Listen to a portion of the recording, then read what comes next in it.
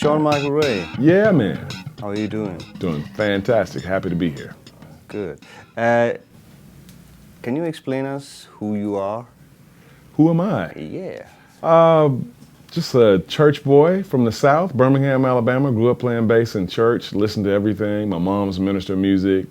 Dad was a bass player. So I just grew up in a house with all kinds of music, everything from Led Zeppelin to the Electric Light Orchestra. And then on the funk side, the Ohio Players, Earth, Wind and Fire, gospel, Andre Crouch, Walter Hawkins. So just a smorgasbord of music in there. So I absorbed all of it. So a house full of music, I guess. Did the whole family play, or?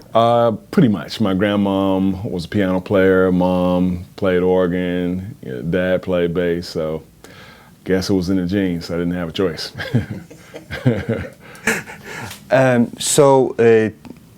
In the family, and you played a lot in the churches as well as a kid? Yes, and I still do. Yeah, every Sunday, unless I'm on the road or something like that, of course. Yeah. Who were you influenced by as a bass player? Made me pick up the bass is Verdine White. The moment I saw him playing in Earth, Wind and Fire, I was like, if it's that much fun, that's what I have to do for the rest of my days. That's my guy. Yeah. And then Larry Graham, of course, too. Yeah. So a lot of funk and hard hitters and. Oh yeah. I mean, but I'm a big Geddy Lee fan as well.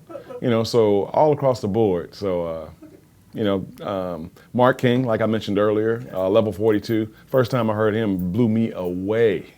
So, yeah. What is the most important thing about being a bass player? Discipline. Just being able to play a song without overstepping your bounds of who's playing the melody, whether it be an instrumentalist or a vocalist. I see a lot of guys they're always in that sonic space of where the vocalist or the instrumentalist is, and it's just knowing the use of notes in space, and that's something I had to learn because I was a busy player as a kid too. So I got scolded by the older musicians. So thankfully, I finally understood what goes into that. I play with quite a few people in the smooth jazz world, but the guy I've played with the longest is a pianist, Alex Bugnon. I've had the pleasure of playing with Maxwell, touring with him in 2008.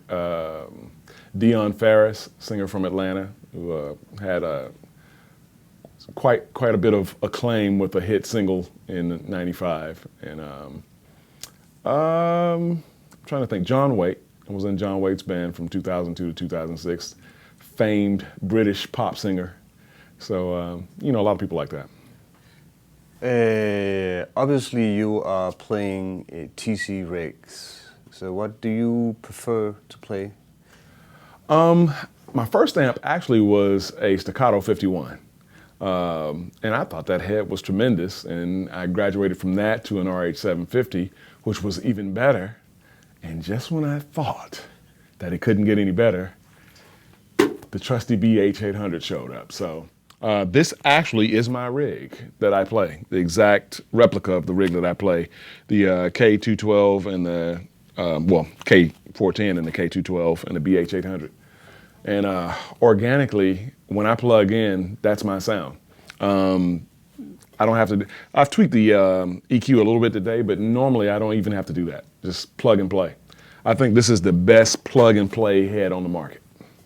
Yeah, I am a Carvin endorsee, so you probably won't ever see me with anything other than one of these in some form or another. Yeah. What do you do to keep evolving as a bass player? I just listen to everything.